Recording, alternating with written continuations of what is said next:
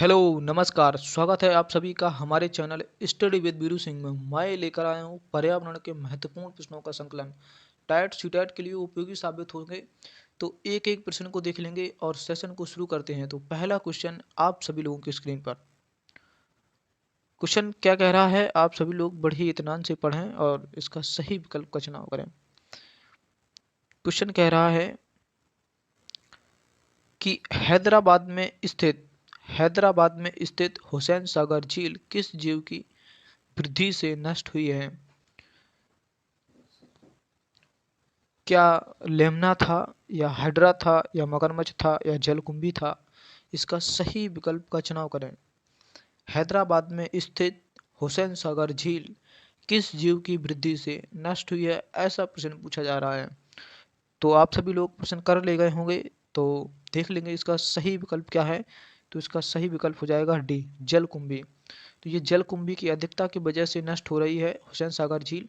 और ये क्वेश्चन पूछा जाता रहा है कि हैदराबाद किस नदी पर स्थित है। तो ये है तुम्हारा मूसी नदी पर। ये मूसी नदी पर स्थित है हैदराबाद। अगला क्वेश्चन देख लेते हैं इसका। फिलहाल इसका सही विकल्प हो जाएगा जलकुंभी। क्वेश्चन नंबर अगला देख लेते हैं। क्वेश्चन क्या कह रहा है। क्वेश्चन कह रहा है कि पारिस्थितिकी तंत्र की संकल्पना को प्रस्तावित किया था। ये पारिस्थितिकी तंत्र है, ये किसने इसकी संकल्पना दी थी, है ना। तो ये क्या जी टेलर थे, या जो हंगस्टिंग थे, या जी स्टोन थे, या ए जी टांसले थे। किसने पारिस्थितिकी तंत्र की जो संकल्पना है ये किसने दी थी। पारिस्थितिक तंत्र की संकल्पना। तो इसका सही विकल्प का चुनाव करें। तो इसका सही विकल्प हो जाएगा डी, ए जी टांसले ने पारिस्थितिकी तंत्र की संकल्पना को दिया था। तो इसका सही विकल्प हो जाएगा डी। क्वेश्चन नंबर अगला देखते हैं।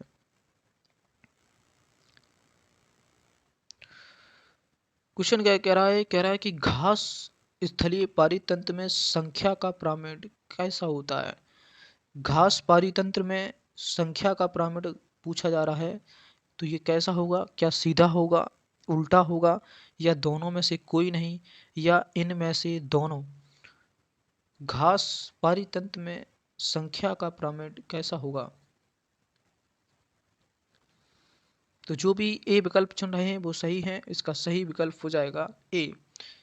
घास में जो स्थलीय पारितंत्र है, संख्या का पिरामिड है, ये सीधा बनता है। बहुत ही अच्छा प्रश्न है। क्वेश्चन नंबर अगला देखते हैं। क्वेश्चन नंबर 4 देख लेते हैं। क्या कह रहा है कि निम्नलिखित में से किसने गहन पारिस्थितिकी डीप इकोलॉजी शब्द का प्रयोग किया। क्या ईपी ओडम थे, या सी रोनकियर थे, या एफ क्लेमेंट्स थे, या अर्नीज नेस थे। क्वेश्चन नंबर 4 के लिए सही विकल्प का चुनाव करें। गहन पारिस्थितिकी, है ना, डीप इकोलॉजी शब्द का प्रयोग किसने किया था। तो आप सभी लोग कर ले गए होंगे। इसका सही विकल्प हो जाएगा डी, अर्नीज जो नीज थे, इन्होंने ही सबसे पहले गहन पारिस्थितिकी डीप इकोलॉजी शब्द का प्रयोग किया था। क्वेश्चन नंबर अगला देख लेते हैं। क्वेश्चन नंबर 5 क्या कह रहा है। पारिस्थितिकी जो पारिस्थितिकी निशे आला की जो संकल्पना है, इसको किसने प्रतिपादित किया था। ऐसा क्वेश्चन पूछा जा रहा है कि पारिस्थितिकी आला जो पारिस्थितिकी निशे आला की संकल्पना को प्रतिपादित किया था, किसने किया था। क्या ग्रीनले थे, या डार्विन थे, या एपी ओडम थे, या सीसी पार्क थे। इसकी संकल्पना को किसने पारित किया था, ऐसा क्वेश्चन पूछा जा रहा है। Question number 5। तो इसका सही विकल्प हो जाएगा ए, ग्रीनले हैं, इन्होंने ही पारिस्थितिकी निशे आला की संकल्पना को प्रतिपादित किया था। क्वेश्चन नंबर 5 का सही विकल्प होगा ए। क्वेश्चन नंबर अगला देख लेते हैं। क्वेश्चन नंबर क्या कह रहा है कि एक तालाब के पारितंत्र का जीवभार का पिरामिड कैसा बनता है। क्या सीधा बनता है, या उल्टा, या उल्टा सीधा, या किसी भी प्रकार का नहीं बनता। तो इसका सही विकल्प का चुनाव करें। एक तालाब में जीवभार का पिरामिड कैसा बनता है, बहुत ही इंपॉर्टेंट क्वेश्चन है ये। तो इसका सही विकल्प हो जाएगा 6 का बी, उल्टा। ये एक तालाब में पारितंत्र में जीवभार का पिरामिड पूछा जाए तो उल्टा बनता है। एक क्वेश्चन और पूछा जाता है, वो बहुत ही इंपॉर्टेंट है कि ऊर्जा का पिरामिड कैसा बनता है। ऊर्जा का पिरामिड सदैव सीधा बनता है। क्वेश्चन पूछा जाए ऊर्जा का पिरामिड कैसा बनता है, तो ऊर्जा का पिरामिड सीधा बनता है। ये क्वेश्चन बहुत ही बार ट्रेंडिंग में रहा है। क्वेश्चन नंबर अगला देख लेते हैं। फिलहाल इसका सही विकल्प हो जाएगा बी उल्टा। क्वेश्चन नंबर अगला देखते हैं। क्वेश्चन क्या कह रहा है कि एक मनुष्य के जीवन को पूर्ण रूप से धारण करने के लिए आवश्यक न्यूनतम भूमि को क्या कहते हैं? क्या कहते हैं? इसका सही विकल्प का चुनाव करें। क्या उसे जीवजात कहा जाता है, या पारिस्थितिकी पदछाप, या जीवाश्म, या निकेत? क्वेश्चन नंबर 7 के लिए आंसर करें क्वेश्चन नंबर 7। तो इसका सही विकल्प हो जाएगा पारिस्थितिकी पदछाप इसे कहा जाता है। क्वेश्चन नंबर 6 का सही विकल्प होगा बी। क्वेश्चन नंबर अगला देख लेते हैं। क्वेश्चन क्या कह रहा है कि खाद्य जाल में ऊर्जा का जो प्रवाह है ये कैसा होता है? क्या एक दिशीय होता है, दो दिवसीय होता है, या चतुर्दशीय होता है, या त्रिदर्शीय होता है? खाद्य जाल में ऊर्जा का प्रवाह कैसे होता है? तो ऊर्जा का प्रवाह एक दिशीय होता है, एक ही दिशा में होता है। ऐसा इसका सही विकल्प हो जाएगा एक दिशीय। इंपॉर्टेंट क्वेश्चन है, ट्रेंडिंग में रहा है, कई बार टेट परीक्षा में पूछा गया है कि खाद्य जाल में ऊर्जा का प्रवाह कैसा होता है, तो एक दिशा में होता है, एक दिशीय होता है ना। तो इसका सही विकल्प हो जाएगा ए ऊर्जा। जो क्वेश्चन 8 था कि क्वेश्चन खाद्य जाल में ऊर्जा का प्रवाह कैसा होता है, तो एक दिशीय होता है। क्वेश्चन नंबर अगला देख लेते हैं। क्वेश्चन नंबर क्या कह रहा है कि निम्नलिखित में से कौन सा एक पद केवल जीव द्वारा ग्रहण किए गए कि दिक् स्थान का ही नहीं बल्कि जीवों के समुदाय में उसका कार्चित भूमिका का भी वर्णन करता है? कौन वर्णन करता है? इसके विकल्प भी देख लेते हैं। क्या इकोटोन है, पारिस्थितिकी कर्मता है, या आवास है, या फिर जो आवास क्षेत्र है कौन है? इसका सही विकल्प का चुनाव करें।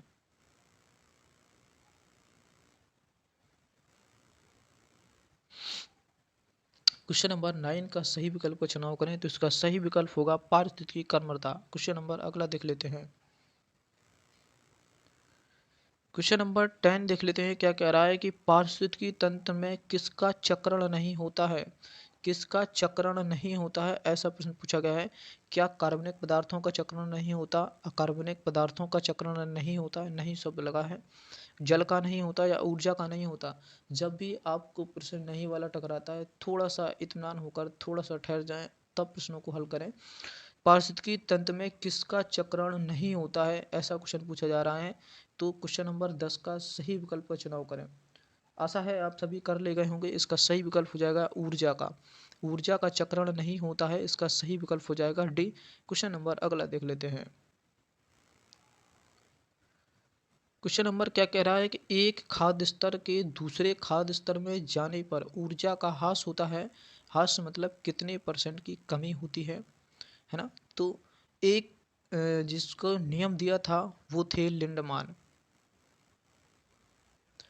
लिंडमैन थे, इन्होंने ही 10% का नियम दिया था कि 10% का नियम दिया था कि ये एक स्तर से दूसरे स्तर में जाएगी तो ये कितने प्रतिशत ऊर्जा जाती है? 10% ऊर्जा जाती है। और ये 10% ऊर्जा जाती है, लेकिन कितने प्रतिशत ऊर्जा, क्वेश्चन ये पूछा जाए कि कितने प्रतिशत ऊर्जा का ह्रास होता है या कमी होती है? जब 10-10% जाती है तो 10% ऊर्जा की कमी होती है। यही क्वेश्चन पूछा जा रहा है कि कितने प्रतिशत एक खाद्य स्तर से दूसरे खाद्य स्तर में जाने पर ऊर्जा में कमी होगी, ह्रास होगा, है ना। कितने प्रतिशत की कमी होगी? तो ये कमी होती है 90%, है ना। अगर तुमसे पूछा जाता है कि 10% के नियम किसने दिया, तो लिंडमैन ने दिया था 10% का नियम। क्वेश्चन नंबर 11 का सही विकल्प हो जाएगा डी। क्वेश्चन नंबर अगला देख लेते हैं। क्वेश्चन नंबर क्या कह रहा है कि पारितंत्र का गतिक जो हृदय है वो क्या कहलाता है? पारितंत्र का गतिक हृदय क्या कहलाता है? क्या उत्पादक और ऊर्जा कहलाते हैं? क्या उपभोक्ता और खनिज चक्र कहलाते हैं? क्या उत्पादक और खनिज चक्र कहलाते हैं, या फिर ऊर्जा प्रवाह व खनिज चक्र कहलाते हैं? पारितंत्र का गतिक हृदय कौन कहलाता है? क्वेश्चन नंबर 12 का सही विकल्प का चुनाव करें। पारितंत्र का गतिक हृदय कहलाता है, तो इसका सही विकल्प हो जाएगा डी। पारितंत्र का गतिक हृदय कहलाता है ऊर्जा का प्रवाह व खनिज चक्र। इसका सही विकल्प हो जाएगा डी। क्वेश्चन नंबर अगला देख लेते हैं। क्वेश्चन नंबर क्या कह रहा है कि एक से अधिक जातियों का समूह जो किसी स्थान पर रहता है उसे क्या कहते हैं? क्वेश्चन बड़े ही इत्मीनान से पढ़ें। एक से अधिक जातियों का समूह है। जातियों के समूह की बात करी जा रही है कि जातियों का समूह जो किसी स्थान पर रहता है उसे क्या कहते हैं? क्या उसे पारितंत्र कहते हैं, या जैव समुदाय कहते हैं, या जैव समूह कहते हैं, या ए सी? जो ए और सी, केवल ये विकल्प हो जाएगा। जातियों के समूह की बात की जा रही है जो एक स्थान पर रहते हैं, एक स्थान पर रहते हैं, तो उसे क्या कहा जाता है? उसे समुदाय कहा जाता है। हाँ, जो कोई जाति है, प्रजाति है, वो रहती है एक स्थान पर इकट्ठा होकर, उसको हम समुदाय बोलते हैं। तो वो हो जाएगा जैव समुदाय। इसका सही विकल्प हो जाएगा बी, जैव समुदाय। फिलहाल इसका सही विकल्प होगा जैव समुदाय। जो जातियों के समूह है उसे समुदाय कहते हैं। क्वेश्चन नंबर अगला देख लेते हैं। क्वेश्चन नंबर क्या कह रहा है कि एक पारितंत्र में शैवाल का स्थान होता है। जो हरे पेड़ पौधे हैं, घास फूस होती है, उसका स्थान पूछा जा रहा है। क्या वो उत्पादक में आते हैं, या उपभोक्ता में, या घटक में? ऐसा क्वेश्चन पूछा जा रहा है कि जो हरे पेड़ पौधे होते हैं, घास फूस होती है, वो किस में आती है? क्या उपभोक्ता में आती है, या उत्पादक में, या घटक में, या इनमें से कोई नहीं? बहुत ही सिंपल प्रश्न है, आप सभी लोग कर ले गए होंगे।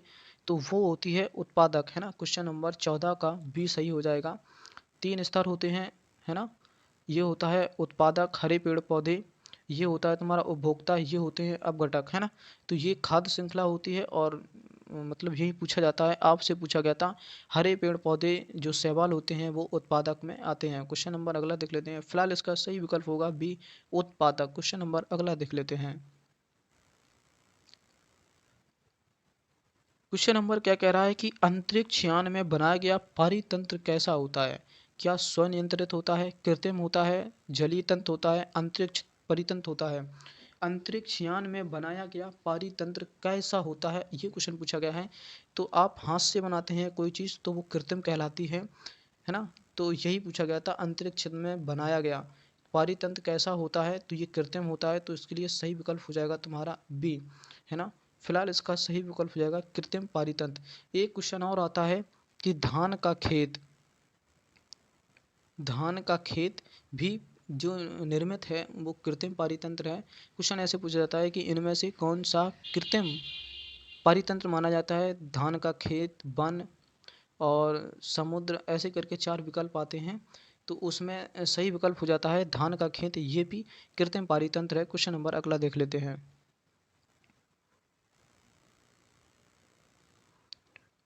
क्वेश्चन नंबर क्या कह रहा है कि सामान्य रूप से आहार श्रृंखला में कितनी कड़ियाँ होती हैं? ऐसा प्रश्न पूछा जा रहा है कि सामान्य रूप से आहार श्रृंखला में कितनी कड़ियाँ होती हैं? क्या दो होती हैं, तीन होती हैं, चार होती हैं, पाँच होती हैं? आप सभी लोग इसका सही विकल्प का चुनाव करें। तो आहार श्रृंखला में चार कड़ियाँ होती हैं। क्वेश्चन नंबर 16 का सी विकल्प सही होगा। कितनी कड़ियाँ होती हैं? चार कड़ियाँ होती हैं। क्वेश्चन नंबर अगला देख लेते हैं। क्वेश्चन नंबर क्या कह रहा है कि पारिस्थितिकी तंत्र में डीटीटी का समावेश होने के बाद निम्नलिखित में से किसमें एक जीव में उसका संभवतः अधिक सांद्रण प्रदर्शित होगा? ऐसा क्वेश्चन पूछा जा रहा है। किसमें होगा? क्या टिड्डी में होगा, या फिर भीड़ में होगा, सांप में होगा, मवेशी में होगा, किस में होगा? डीटीटी का समावेश होने के बाद संभवतः अधिक सांद्रण होगा, ऐसा क्वेश्चन पूछा जा रहा है। तो इसका सही विकल्प हो जाएगा सांप, है ना। क्वेश्चन नंबर 17 का सही विकल्प होगा सी। फिलहाल इसका सही विकल्प है सांप। क्वेश्चन नंबर अगला देख लेते हैं। क्वेश्चन नंबर 18 देख लेंगे। क्या कह रहा है कि पारितंत्र में होती है, पारितंत्र में क्या होता है? क्या ऊर्जा और खनिजों दोनों को लाभ होता है, या फिर ऊर्जा और खनिज दोनों को हानि होती है, या फिर ऊर्जा का हानि या खनिजों को लाभ होता है, या फिर केवल बी और सी? क्या बी और सी दोनों सही हैं? क्वेश्चन नंबर 18 का सही विकल्प का चुनाव करें।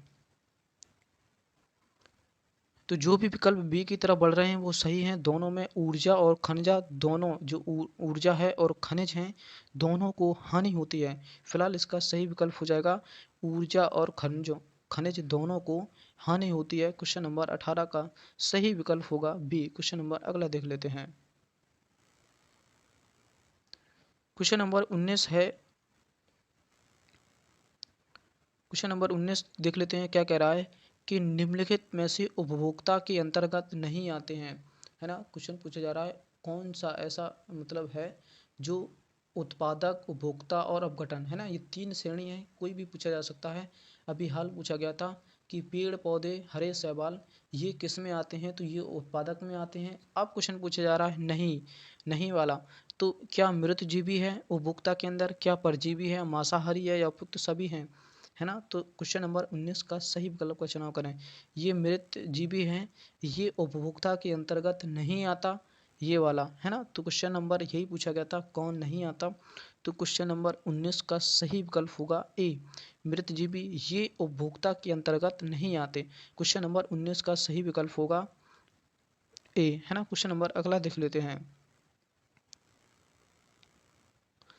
क्वेश्चन नंबर 1 है, खाद्य श्रृंखला से एक श्रृंखला आपसे सभी लोगों से पूछी जाएगी टेट एग्जाम में कि घास वन में पाई जाने वाली श्रृंखला का सही क्रम कौन सा है। क्या घास और हिरण, जू और शेर, क्या घास, जू, हिरण, शेर, या फिर घास, हिरण, शेर, जू, या फिर जो घास, शेर, हिरण, जू, है ना, कौन सा है। क्वेश्चन नंबर बी और सी में थोड़ा सा कन्फ्यूजन होगा आप सभी लोगों को, बड़े ही इत्मीनान से सही विकल्प का चुनाव करें। क्वेश्चन नंबर 20 के लिए विकल्प का चुनाव करें। तो जो भी विकल्प सी लगा रहे हैं वो सही है इस खाद्य श्रृंखला में, कि घास, हिरन, फिर शेर और फिर जू, है ना, ऐसी श्रृंखला बनेगी। घास, हिरन और इसको शेर, इसको जू, है ना, ये इसको खाएगा, ये इसको, ये इसको। तो घात श्रृंखला में सही क्रम पूछा गया था, तो इसका सही विकल्प हो जाएगा सी। क्वेश्चन नंबर अगला देख लेते हैं।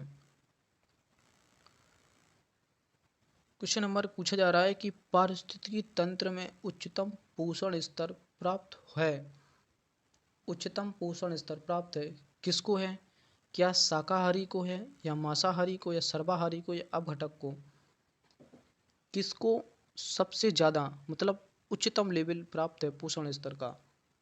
तो जो भी विकल्प सी लगा रहे हैं वो बहुत ही सही है, बहुत ही बढ़िया है, कि मनुष्य एक सर्वाहारी है और ये शाकाहारी और मांसाहारी दोनों का सेवन करता है, इस वजह से सबसे ज़्यादा उच्चतम पोषण स्तर होगा तो मनुष्य का होगा, और मनुष्य किसके अंतर्गत आता है, सर्वाहारी के अंतर्गत आता है, इसलिए सही विकल्प हो जाएगा सर्वाहारी। क्वेश्चन नंबर 21 का सही विकल्प होगा सर्वाहारी। क्वेश्चन नंबर अगला देख लेते हैं। क्वेश्चन नंबर देख लेते हैं कि 10% का नियम देने वाली वैज्ञानिक कौन है। अभी हाल मैंने पीछे चर्चा की है कि 10% का नियम, 10% का नियम किसने दिया था, तो ये दिया था तुम्हारे लिंडमैन साहब ने, है ना। और एक क्वेश्चन ये पूछा गया था कि हाथ से कितनी प्रतिशत की कमी होती है, तो 90% ऊर्जा हाथ से होती है, कमी होती है, ऐसा भी प्रश्न पूछा गया। और 10% के को देने वाले जो वैज्ञानिक हैं वो लिंडमैन हैं। तो क्वेश्चन नंबर 22 का सही विकल्प हो जाएगा डी। क्वेश्चन नंबर अगला देख लेते हैं। क्वेश्चन नंबर देख लेते हैं, क्या कह रहा है कि दो विभिन्न समुदायों के बीच का संक्रमित क्षेत्र क्या कहलाता है। क्या इको टाइप, या इकेंड, या इकोस्फीयर, या इकोटोन, क्या कहलाता है। क्वेश्चन नंबर 22 का सही विकल्प का चुनाव करें। मैंने अभी तक पूरे वीडियो में लाइक, शेयर, सब्सक्राइब के बारे में बात नहीं किया है, क्योंकि आप सभी लोगों का समय बहुत ही कीमती है, इसलिए आप बने रहें मेरे साथ और इसका सही विकल्प का चुनाव करें। कि दो विभिन्न समुदाय, एक समुदाय ये है और एक समुदाय ये है, ये फर्स्ट समुदाय है, ये दूसरा सेकंड समुदाय है, इनके बीच के स्थान को ही हम क्या कहते हैं, संक्रमित क्षेत्र कहते हैं। इसको कहा जाता है इकोटोन। क्या कहा जाता है, इकोटोन कहा जाता है इसी बीच क्षेत्र को। तो यही क्वेश्चन पूछा गया था, ये दो विभिन्न समुदायों के बीच का संक्रमित क्षेत्र क्या कहलाता है, तो इकोटोन कहलाता है। क्वेश्चन नंबर 23 का सही विकल्प जो था वो डी हो जाएगा। तो ये आखिरी सेशन था इस सेशन का, ये टेट परीक्षा और सीटेट के लिए उपयोगी प्रश्न थे। तो जो भी साथी नए हैं चैनल को सब्सक्राइब कर लें, बेल आइकन को प्रेस करें। मैंने पूरी वीडियो में लाइक शेयर सब्सक्राइब के बारे में बात नहीं किया है, तो अगर आपको लगता है थोड़ी सी भी मेरी मेहनत अच्छी लगती है तो चैनल को, बेल आइकन को प्रेस करें और शेयर करें वीडियो को। आज के लिए इतना पर्याप्त है, तब तक के लिए अब अपना और अपनों का ख्याल रखें। जय हिंद।